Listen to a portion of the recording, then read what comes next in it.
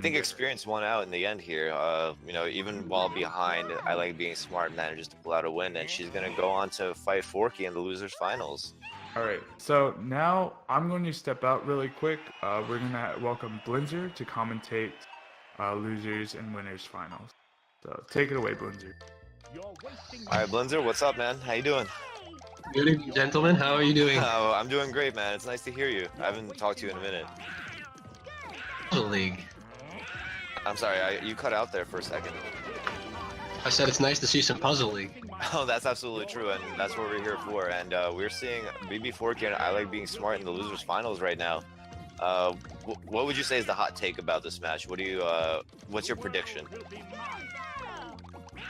Okay, so analyzing at the basic core here, Forky, low tech speed, loves to send big chains. He's capable of sending them on level 10.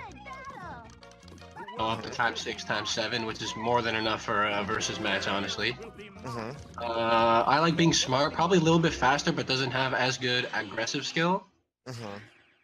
There, you know, like that first match pretty much went textbook where Forky's topping her out and she's kind of having a little bit of more trouble topping him out.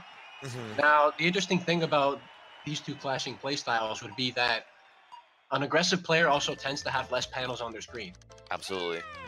Because he has less panels on his screen, a person who is less capable of sending aggression won't be able to even top him out to begin with. Yeah. He topped her out, she hasn't sent enough back, right? So then she has to clear her stat. She has to clear the garbage. And then now he's in a situation where he's not even at risk of dying to begin with. And one of the most important things on level 10 is that you need to always be able to top your opponent out, to put them at risk of dying so they're always under pressure and they can't do what they want to you. Because there is a very strong snowball effect in the higher levels. And we saw that in the first two matches right here. As you were explaining it, it happened pretty much the same exact thing as you were explaining in the first match happened again right there. She was not able to top out Forky there, and then he managed to top her off, and she did not have enough time to clear it all out. But one thing that I do have to counter to that strategy. Go ahead.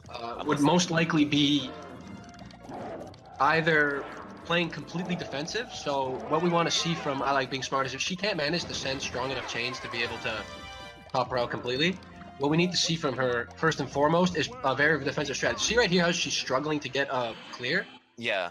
You know you can't clear out, like top out your opponent. What you want to do is you want to make sure that you're always ready for whatever they send at you. You want to be very aware. Spend your resources on screen. Spend your resources in preparing strategies to make yourself as safe as possible, and drag the match out long enough for a person who doesn't have as much tech skill to just not be able to catch up to themselves eventually and just die. Yeah, I absolutely agree with that. I think that clearing garbage, because of stop time, it allows you to have it gives you more of an opportunity to breathe, you know what I mean, as opposed to the person who's the aggressor who has to keep up the pressure and who's maybe not thinking as much about having a clear setup for when the next garbage block falls. Oof. Another quick win for Forky on that one. I didn't even manage to really finish what I was saying, but Forky topping off I Like Being Smart that quickly already. Definitely showing his aggression skills right there. Yeah, and we saw there that there was greens lined up to the left very easily. That was definitely a panic death, right? So I'm thinking that right now she's maybe feeling a little bit shook. Yeah, I can sense it. Just like maybe she feels a little bit, you know, under pressure or whatever, and it's kind of causing her to not see the optimal solutions to the puzzle. Yeah, but I mean, she Let's see if she can, well, you know. Sorry, go ahead. A lot better. Maybe she realized she's like, all right, I'm panicking way too much. I need to chillax. Yeah, she had a good start there. I definitely liked Forky the way that he opened with combos first, in the sense that the combos fell before the big chain block, which actually slowed down I Like Being Smart to the point where it's pretty much even now, even though she dropped the bigger starting block off the starting. She dropped the bigger starting chain off the starting block.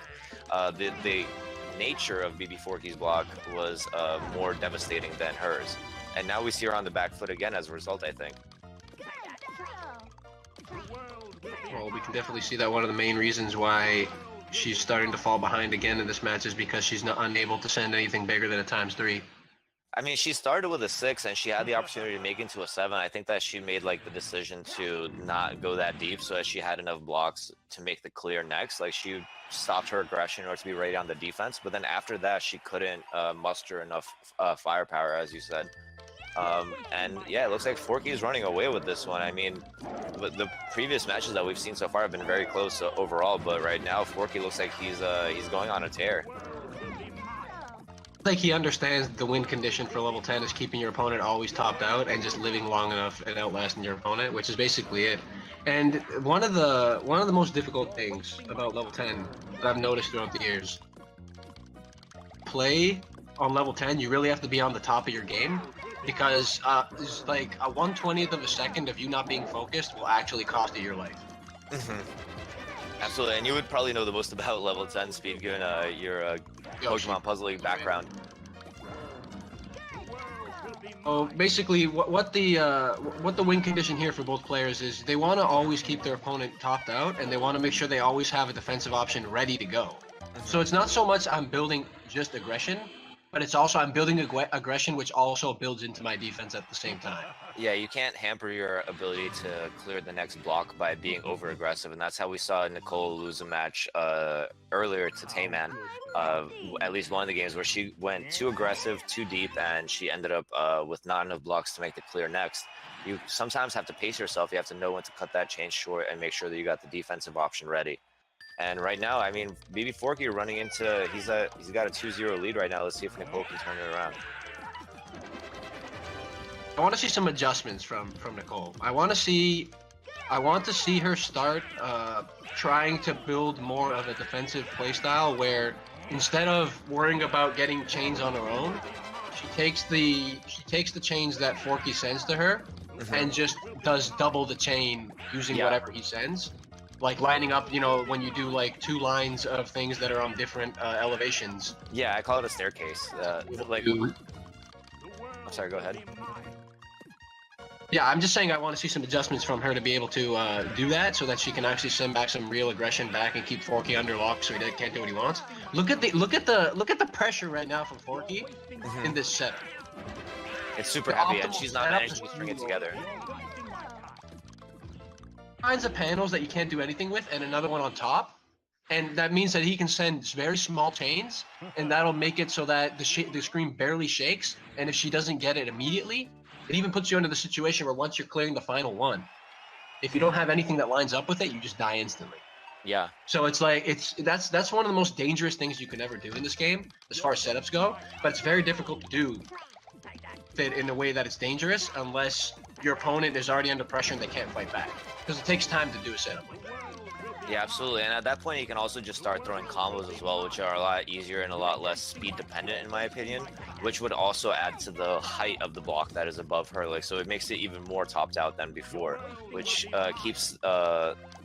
makes it complex, makes it harder for her to clear overall, because the amount of pressure keeps growing, and as you said, less screen shake coming from smaller chains and combos.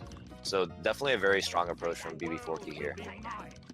Yeah, another thing I wanted to mention about that is that anytime you send a lot of combos all at once, we tend to regard that as like a all-in strategy. Because what ends up happening is that, yes, it puts on the most, it's like optimal pressure, right? Like let's say that lived through that whole segment where she had to go through the ×2, and then there was a bunch of combo blocks on top, right? What ends up happening is all the combo blocks they clear at once, instantly, right? Yeah. So yes, there's a barrier protecting you from reaching that point, but if you reach that point, all the pressure that you had on you is dissolved. So you're actually kind of trading in pressure for the ability to kill someone. Yeah, it's like a timing attack, but in this case, we see Bbforky. He cleaned it up, man. I mean, he got beat by FFR Pro, and he's coming back here for the revenge match here in the grand finals.